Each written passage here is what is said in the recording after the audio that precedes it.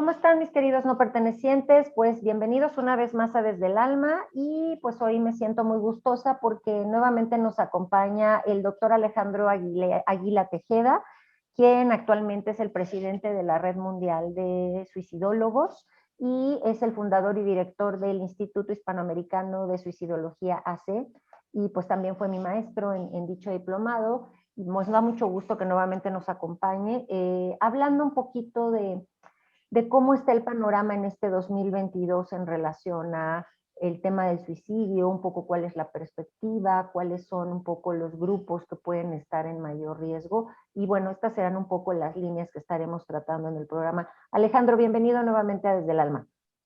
Muchas gracias, Miriam. Un gusto nuevamente estar contigo y con toda la gente que pues sigue tu canal, que cada vez son más, con muy buenos temas que has podido aportar a esta parte pues de la salud y salud mental.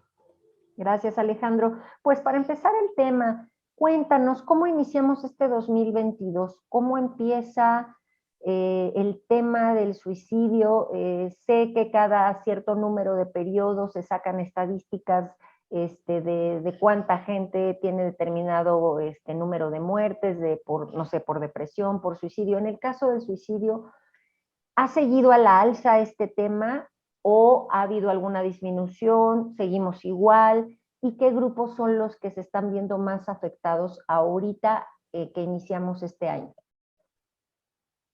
Mira, el INEGI hasta el día de hoy todavía no ha hecho su informe anual, que debería ya de hacerlo, sobre todo haciendo un corte de lo que ocurrió en el 2021, que es un segundo año con ya el COVID, y por supuesto que se incrementaron muchos suicidios y situaciones también como depresión, ansiedad, estrés, burnout, y es preocupante todo esto que está alrededor, por supuesto, del COVID. Solo la Secretaría de Salud nos informó que durante el año 2021 se incrementó el número de suicidios un 20%. Recordemos que esto es lo que la Secretaría de Salud reporta de los fallecimientos que ingresaron al hospital y que ahí murieron. Pero por supuesto que hay mucha gente que murió en sus casas o murió en otros lugares, etcétera. Entonces, yo podría decir que es mucho más de ese 20% que nos reportan como número registrado, pues. Lo que sí encontramos y nos preocupa muchísimo, respondiendo a tu pregunta, en el 2022, ¿qué pasa? A nivel pronóstico, sabemos que se va a incrementar el número de depresión. ¿Qué pasó? Pues obviamente durante estos 2 años del COVID se presentaron muchos duelos de todo tipo, no nada más por muerte de un ser querido. Sí sabemos que hay familias que todos murieron, entonces hay una serie de duelos allí muy fuertes, en donde mucha gente perdió por varios lugares, varias líneas de familiares, personas muy queridas, personas cercanas, personas que en las que vivían o no vivían con ellos. También amigos, compañeros de trabajo, e inclusive pues gente que sabemos que aunque no los conociéramos, pues murieron muchísimos, ¿no? Del medio artístico, que eso lo publican en todas las televisoras y Redes sociales. YouTube y demás, por muchos lugares. Entonces, depresión, ansiedad, duelos, es lo que esperamos para el 2022 y es lo que los especialistas en salud mental tenemos que prepararnos para dar una atención adecuada. Al final, con mucho gusto, yo les compartiré durante este tiempo de la pandemia, que yo también tuve que estar encerrado, pues hicimos un libro que se llama Duelos en tiempos de pandemia. Se los vamos a recomendar porque es una investigación muy seria de fondo en donde hablamos exactamente cómo se tuvo que transformar la forma en cómo enfrentamos los funerales, Claro. cómo enfrentamos los entierros o que no se podía inclusive enterrar, y la situación de no ver a nuestros familiares al momento que ingresan ya al hospital. Mucha gente ya al ver que su ser querido entra al hospital, pues ya no lo vuelve a ver. Claro, sí, por todo este Entonces, tema de mantenerlos aislados por protección, ¿no? toda la Secretaría de Salud pues tenía sus indicaciones para poder eh, atender al ser querido y que no contagiara más. Entonces, ese tipo de situaciones hicieron que modificáramos mucho. Tú sabes, aquí en México lo importante que es todo el proceso funerario, las misas, el velorio, Todos los son rituales, rituales, todos los todos los rituales. rituales, exactamente. Pues eso se tuvo que transformar y se tuvo que adaptar la gente. Entonces muchas personas sintieron como que no había despedida, como que no había un adiós, como que no estaban haciendo lo adecuado para su ser querido. Entonces todo esto lo planteamos en el libro, insisto, con mucho gusto lo compartiremos al final de la plática. Y pues poblaciones vulnerables. Les va a sorprender, Miriam, y a mí me sorprende y me impacta y me duele porque no solo la población de la tercera edad, que es personas que vivieron más fuerte el COVID por su sistema inmunológico, jóvenes que pues también por esta situación de encierro, de crisis, de adaptación a esta pandemia que nos cayó a todos de sorpresa, el sector médico y paramédico, Miriam, está fuertemente afectado por el burnout, que es el agotamiento crónico, por la desesperación y desesperanza. Tú como alumna de suicidología sabes que hay desesperanza en todo suicida por el número de muertes debido al trabajo que hacían las personas en los hospitales y muchos suicidios. Sí, además estás hablando de una población que desde que inició todo este tema del COVID, pues estuvieron en pie de guerra todo el tiempo, ¿no? O sea, porque al final justamente es toda esta área médica quien estuvo al frente en riesgo constante y pues que le ha tocado ver todo el tiempo la muerte, ¿no? Y de mucha gente que probablemente quisieron y no pudieron salvar. Evidentemente, ya sabemos que es una población que tenía un riesgo importante porque es una profesión muy demandante, ¿no? Los horarios que manejan, el hecho de tener en sus manos la vida o la muerte de una persona, etcétera. Pero creo que con este tema del COVID, evidentemente la parte del personal médico y paramédico pues se vieron sobrepasados, el famoso burnout que dices, en todas sus posibilidades, tanto, digamos, institucionalmente, lo que se podía hacer, ¿no? Hasta dónde podían aceptar enfermos o no, este hecho de que tuvieran que restringirle el paso a los familiares, ¿no?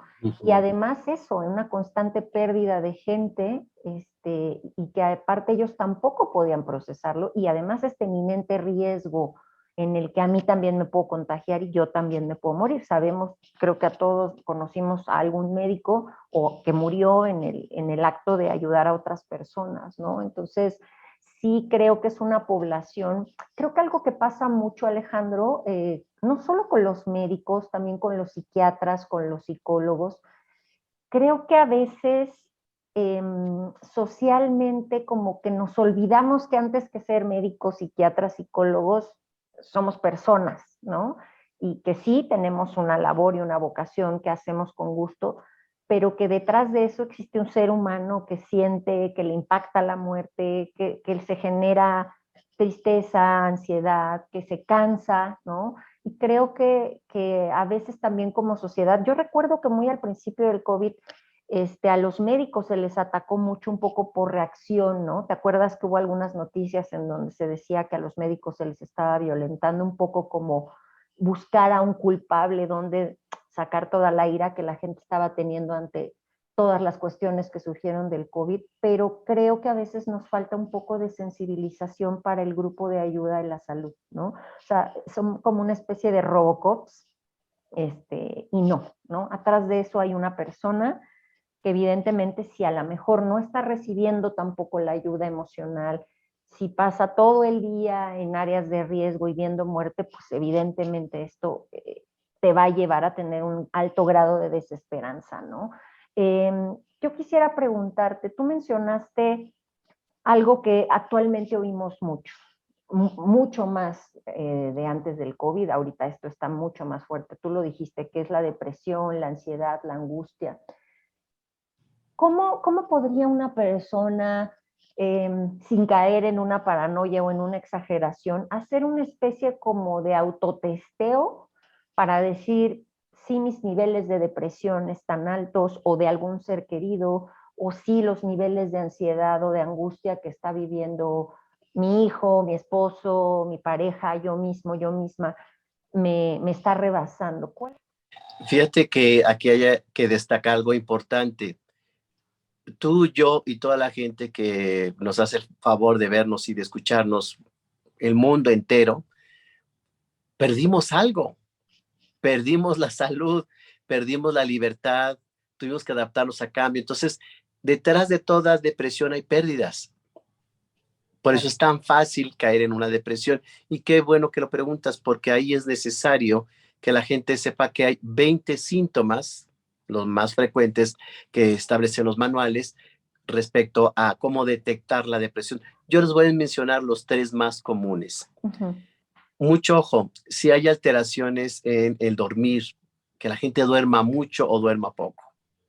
Cualquiera de las dos va a afectar enormemente al individuo. Ya los neurólogos se han cansado de hacer investigaciones, estudios. Si la gente no duerme el tiempo necesario de acuerdo a la etapa de desarrollo, estoy hablando bebés, adolescentes, o bebés, niños, adolescentes, adultos y tercera edad, que necesitamos diversos tiempos de dormir para recuperar y para reparar el cansancio del día.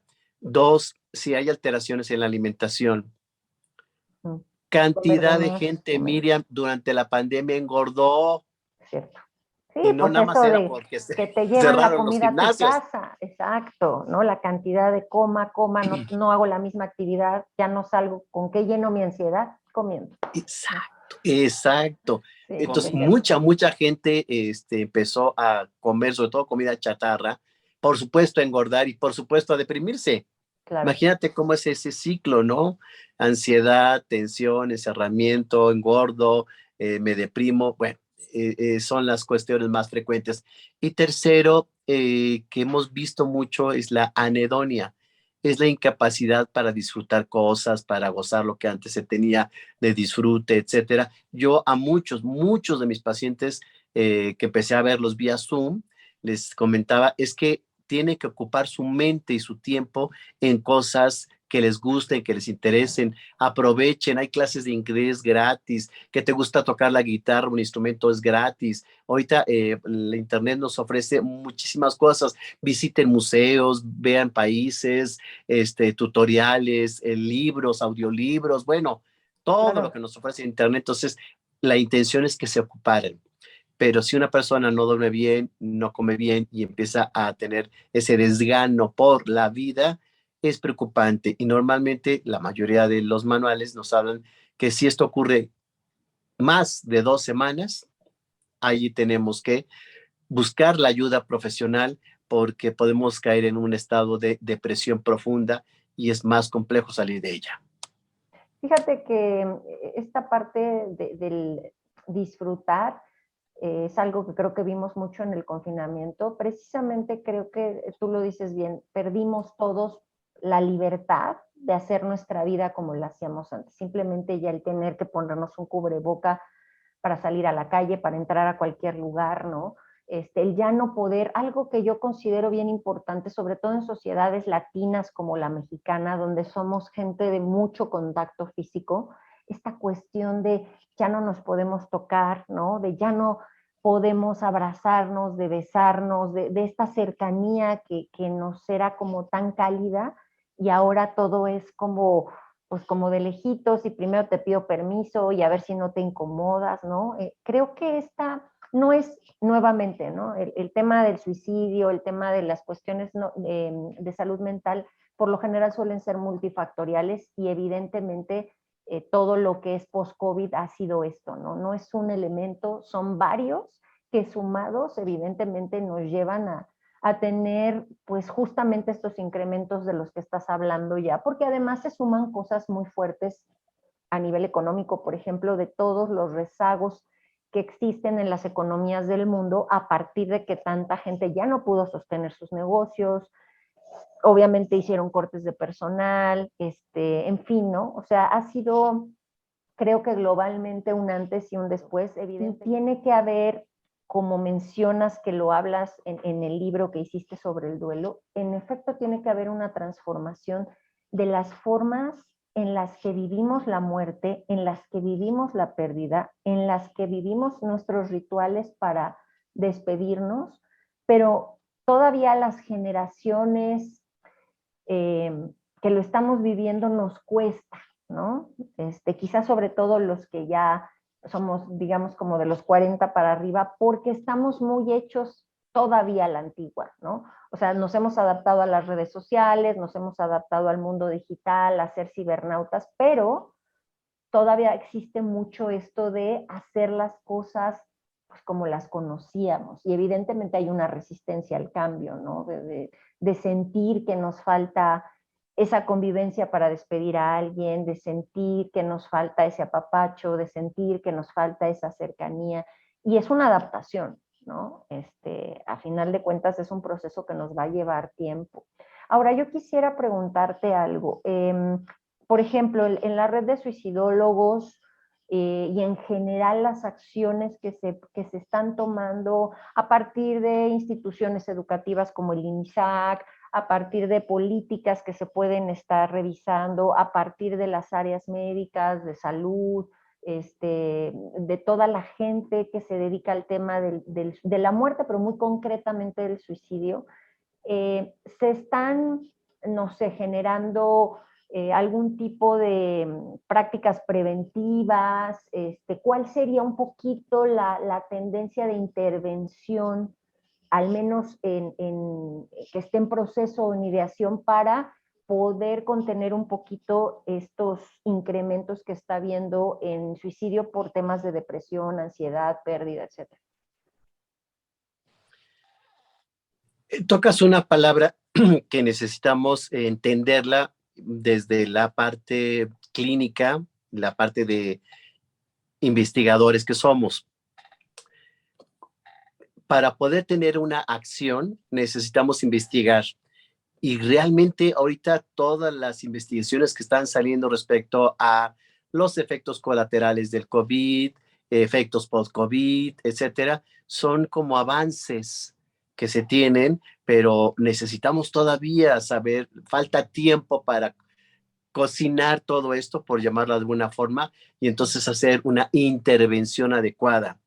Nosotros en la Red Mundial de Suicidólogos, lo que yo he solicitado a los 67 países que en este momento presido, que nos manden los informes de cómo está, pero los informes no oficiales. Sabemos que a veces maquillan mucho todo esto y tú y la gente que nos ve puede ver estos informes en nuestra página.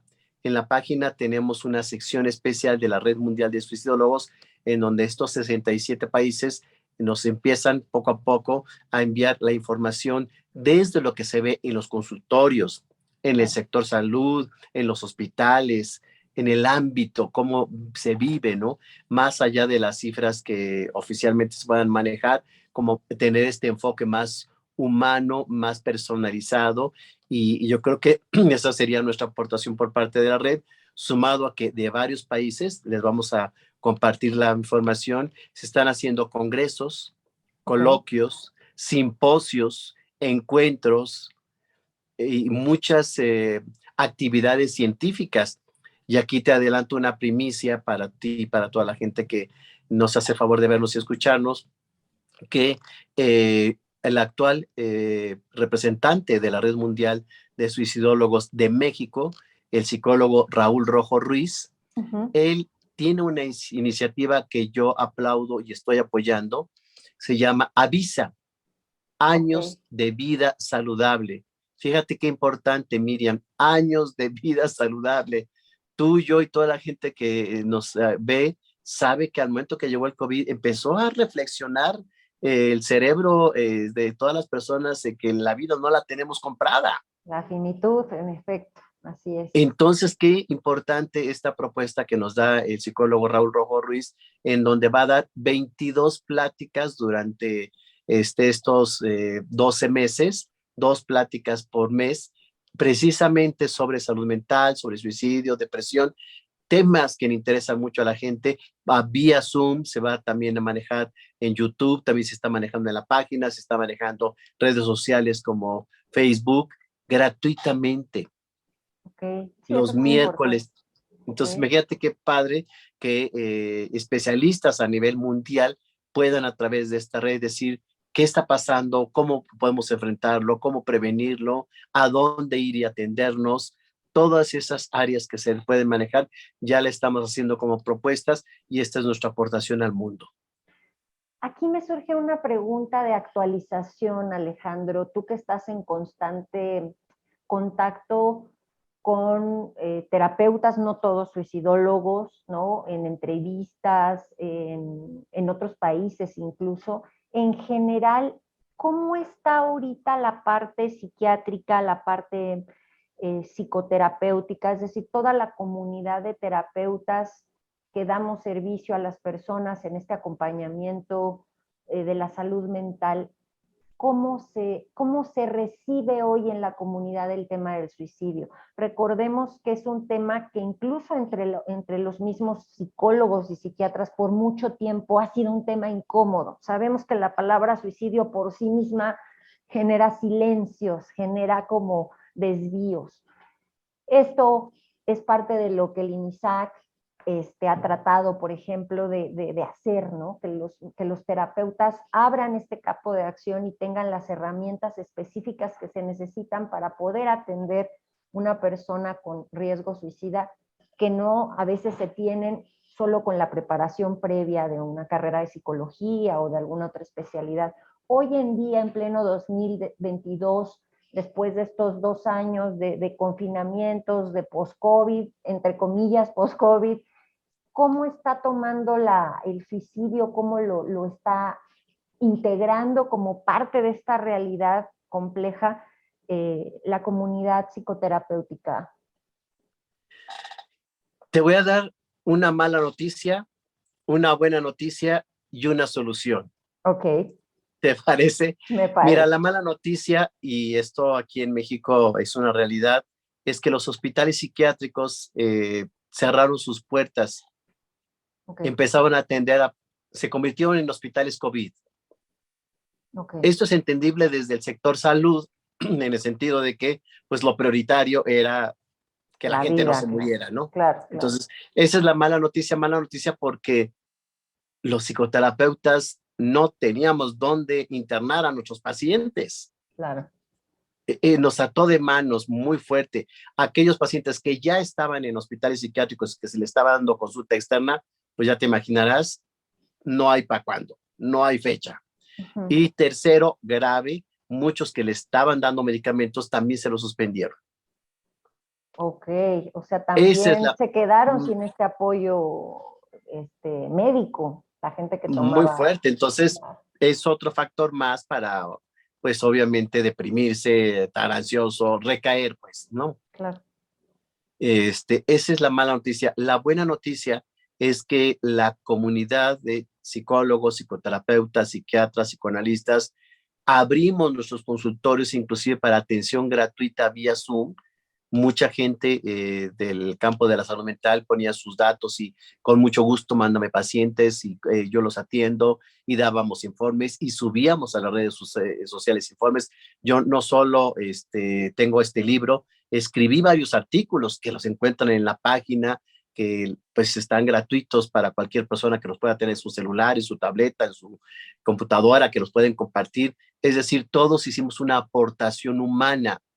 Esto es un problema humano. No podíamos deshumanizarnos, no podemos estar lejanos a esta realidad. Y sabíamos que sí era muy importante la cuestión de la atención médica, pero ¿qué pasa con la atención emocional, la atención psicológica? Entonces, muchos de los compañeros prestaron sus espacios, amablemente dieron atención gratuita y la solución que tenemos nosotros en el Instituto Hispanoamericano de Suicidología es que se hizo un centro de atención suicidológica en donde la gente podía por WhatsApp, por correo electrónico, por teléfono, cualquier medio solicitarnos la atención. Y empezamos a derivar a los pacientes. A algunos se les hacía un estudio socioeconómico, otros si no podían pagar se les atendía de todas formas y seguimos con este centro de atención lo que nos pueden consultar en cualquier momento. Ok, entonces hasta la fecha se sigue todavía manejando y puede ser a través de todos los datos del INISAC para poder contactar y canalizar con algún terapeuta. Correcto. Okay. Ahora, por ejemplo, con las nuevas generaciones que están entrando, digamos, desde que empezó el COVID a la fecha, que están entrando en el proceso de prepararse como suicidólogos, ¿qué expectativas traen? ¿Qué están digamos, las causas por las cuales hoy los alumnos se inscriben a tomar el diplomado, a hacer la certificación? ¿De dónde surge la necesidad? Sé que los diplomados que se dan en el INISAC no solamente es para la comunidad psicoterapéutica, sino para otras áreas independientes, pero pregunto muy concretamente sobre esta área de la psicoterapia, porque lo que yo sigo percibiendo un poco, menos quizá de hace 3, 4 años, todavía es este tema como el tema incómodo, ¿no? O sea, el suicidio es como el hermanito incómodo de la muerte, ¿no? Es incluso una palabra que puede sonar más fuerte que la muerte misma por el hecho de que sea un acto decidido por la persona. Eh, y te pregunto esto porque es evidente que tanta gente está solicitando apoyo psicoterapéutico, pero a mí lo que me preocupa y me ocupa es qué tanta de esta población que hoy ofrece sus servicios para apoyar y acompañar a una persona que puede estar en un riesgo de suicida, realmente tiene las herramientas para poder ayudar y no incluso convertirse en un factor más de digamos, que propicie o genere el riesgo de que esa persona, si estaba en la ideación, lo lleve al intento o incluso a un suicidio consumado. O sea, a mí me preocupa mucho esta sensibilización que se esté dando, que se esté moviendo por parte de la comunidad psicoterapéutica. Yo intuiría que a lo mejor con este tema del COVID, que evidentemente se sabe que mucha gente murió, se suicidó, etcétera, habría más interés. Pero, por ejemplo, tú lo notas en la gente que se inscribe, en la gente que pide informes, en el perfil de la gente que sean psicólogos, psiquiatras, ¿hay este interés o todavía permanece en cierto área de la comunidad como no necesito aprender de suicidología, mis herramientas están perfectas, yo puedo intervenir con lo que sé? ¿Qué tanta apertura puedes percibir en el ambiente psicoterapéutico? Aquí hay que aclarar algo muy importante para la gente. El ser psicólogo no te hace suicidólogo. El ser psicoterapeuta no te hace suicidólogo. El ser psiquiatra no te hace suicidólogo. El ser psicoanalista no te hace suicidólogo. Yo he intentado, y digo intentado porque lo hago todos los días y he puesto mi granito de arena para que todas las áreas de la salud mental, no nada más psicoterapeutas, también enfermeros, trabajadores sociales, médicos, conozcan de la suicidología y sea una herramienta de apoyo. Por eso lo tenemos a nivel diplomado. Claro. ¿Qué pasa? Respondiendo a tu pregunta, afortunadamente o desafortunadamente, ahí podemos verlo desde los dos puntos de vista, la necesidad que tiene ahorita el especialista de psicoterapeuta de atender pacientes con riesgo de suicida, que se ha incrementado ya muchísimo, los ha hecho que volteen a ver dónde estudio, dónde me preparo. Okay. Y ahorita ya no tengo yo como Alejandro Águila, que antes lo hacía cuando iniciamos el instituto, de ir a tocar puertas a los hospitales, a las universidades, a los institutos. Oiga, yo hice un instituto para la prevención del suicidio, estoy certificado, damos unos diplomados preparando a la gente. No, ahorita la gente nos busca, nos llama. Qué bueno. O sea, la Y misma tenemos ya, necesidad de herramientas los está haciendo buscar la especialización. claro, esa es, digo, mala noticia de que la necesidad los Claro. haga voltear a ver el requerimiento de especializarse, y la buena noticia es que sí, cada vez más especialistas del área ven la gran necesidad de atender a una persona suicida, pero con herramientas, con Claro. elementos. Tenemos en el instituto nuestro diplomado base, que es Introducción a la Suicidología. Tenemos un curso de intervención en crisis. Inclusive, si eres especialista y tomaste estos dos, ya puedes certificarte, porque también lo tocas y es muy importante que la gente que atienda a suicidas sea gente profesional. Así Por es. eso tenemos el currículum de las personas, los requisitos, y que al momento de que se certifican con una preparación que hacemos de 3 meses, todo un examen con suicidólogos internacionales, sepa quien va a atenderse con un suicidólogo que tiene el respaldo del Instituto Hispanoamericano de Suicidología, de la Red Mundial de Suicidólogos y del currículum. En nuestra página pueden ver la foto, pueden ver el currículum y sobre todo la certificación, que esto puede darle a la gente seguridad porque es un tema muy delicado. Pues como dices, Alejandro, digamos qué mal que sea por una cuestión de necesidad que los especialistas en el área de la salud mental y áreas interdisciplinarias estén acercando por este motivo a especializarse, pero por otro lado, enhorabuena que ya están dándose cuenta que justo lo que dices, tener un antecedente, una preparación previa no te da la sensibilidad y la técnica que se requiere para poder atender muy específicamente a una persona que llega en una situación de riesgo suicida y que requiere ciertos elementos adicionales a lo que ya cada uno trae en su área, ¿no? Y Alex, ya para acercarnos al cierre del programa, brevemente me gustaría, por favor, si comentas ahorita qué diplomados o especializaciones están abriendo en los próximos meses para que la gente interesada pueda contactarse. Evidentemente yo pondré los datos en pantalla para que los puedan contactar. Y también si nos puedes hablar un poquito de este libro y cómo lo puede conseguir la gente, este libro que hiciste en relación al duelo en tiempos de COVID. Con muchísimo gusto, Miriam. Fíjate que estamos muy orgullosos porque pues el instituto ha crecido exponencialmente. Tú sabes que en diciembre del año pasado cumplimos 10 años de existencia, lo cual nos enorgullece mucho, y esto nos ha llevado a tener un posicionamiento de primera línea en el campo de la salud mental, sobre todo en el área que nos especializamos, que es la suicidología. Tenemos ya a la generación 24, acaba de empezar hace una semana, todavía se pueden inscribir, esto lo encontrarán el póster en nuestra página www.suicidología.com.mx, pero orgullosamente estamos también en Costa Rica. Sí. Vamos a abrir en España, que me parece muy importante porque es la puerta de entrada a Europa. Claro. Y España tiene un serio problema de suicidio mucho mayor que México, porque ya es el número 1 de suicidios en adolescentes. México, recordemos que es el segundo lugar, entonces sí es un espacio, un lugar con gente que está muy interesada para que allá en España podamos impartir el diplomado, ahorita vía Zoom. Y tenemos, por supuesto, intervención en crisis, suicida, que es una parte ya profesional para quienes son del campo de la salud mental. También vamos a abrir escuela para padres. Recordemos que los jóvenes hoy en día, los niños, tienen una mentalidad diferente y hay necesidad de una educación y una formación diferente. Claro. También una que es para especialistas, calidad de atención para adolescentes en situaciones de vulnerabilidad. Y son investigaciones que se han hecho con especialistas que trabajan con adolescentes. Entonces, este diploma es muy interesante porque derivado de ello se hacen investigaciones. Nos ha resultado muy bien, lo iniciamos en Ciudad Juárez y ya lo vamos a tener aquí en la Ciudad de México.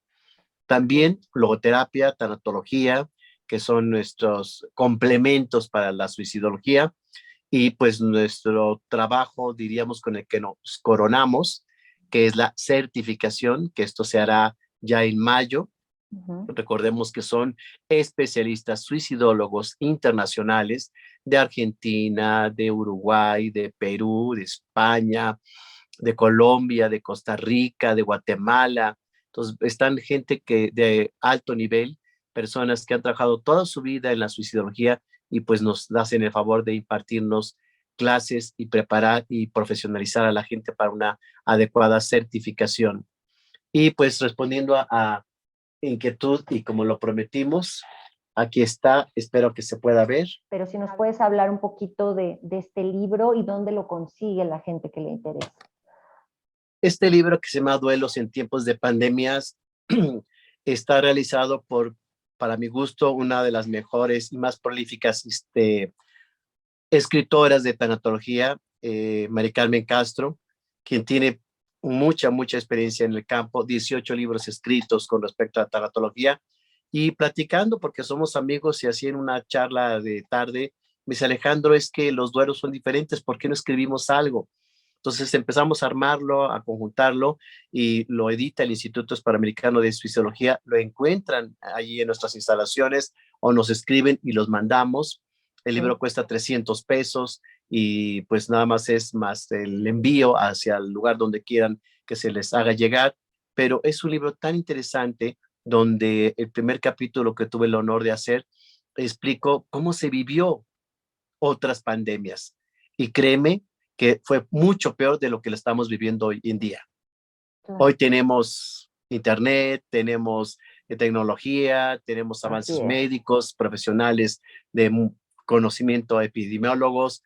Es una visión muy diferente, a pesar de que nos quejemos y no nos guste, no es lo mismo que en otros, y esto lo van a encontrar en el primer capítulo, y así cómo afrontar el duelo, cómo hacer rituales diferentes para entonces procesar y trabajar un duelo. Van a encontrar muchas cosas interesantes. Yo lo recomiendo mucho porque pues duelos los vamos a tener a lo largo de la vida y ahora son diferentes. Alejandro, pues no me queda más que agradecerte tu presencia, el que nuevamente estés en el canal. Ya teníamos un ratito de no poder hacer programa por no coincidir en horarios y demás, pero esperemos que este año podamos retomar pues todo el seguimiento que se le vaya dando justo a todo esto que nos vas comentando. Y yo dejo todos los datos del INISAC para que la gente interesada, ya sea por el libro, por alguno de los diplomados, o incluso quien ya haya hecho el diplomado en suicidología y quiera certificarse, pues lo pueda hacer. Y bueno, también a la gente que requiera algún apoyo en tema de riesgo suicida, pues que se pueda acercar, como bien dijiste, a través de todas las redes, ya sea correo, WhatsApp, Facebook o directamente a través de su página, pues para ser canalizado con algún especialista en esta área que los pueda atender. No me queda más que agradecerte. Muchísimas gracias por haber estado aquí. A ti por la invitación, muchas gracias y seguiremos haciendo videos porque es una forma de informar, de orientar, de ayudar a la gente y que hoy en día nos permite la tecnología. Gracias, Miriam. Gracias, hasta luego, mis queridos no pertenecientes.